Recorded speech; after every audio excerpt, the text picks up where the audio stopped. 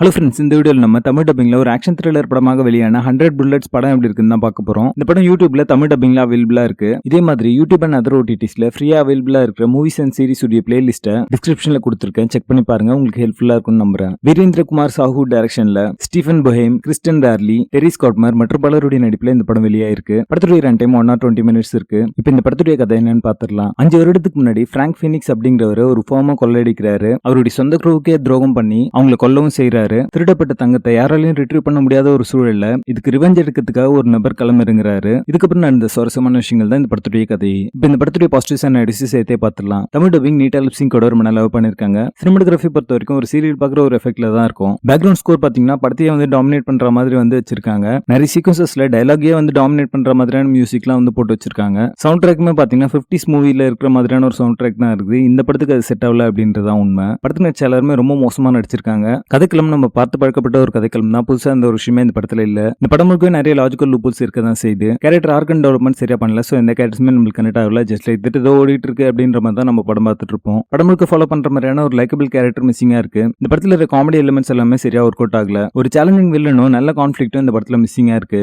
படத்துல ரீவன்ஸ் சமூவ் பண்ணி ஒரு நல்ல கிளைமேக்ஸ் கொடுக்க தவறிட்டாங்க. படத்துடைய பேசிங் ஆவரேஜா இருக்கும். மொத்தத்துல இது ஒரு பிலோ ஆவரேஜ் ஆக்ஷன் த்ரில்லர் படமாக வந்திருக்கு. படத்துல அடல்ட் கண்டென்ட் இருக்கு. இந்த படத்தை நீங்க ஃபேமிலியோட பார்க்காதீங்க. 100 புல்லட்ஸ் படத்துக்கு எங்களோட ரேட்டிங் 3 out of 10.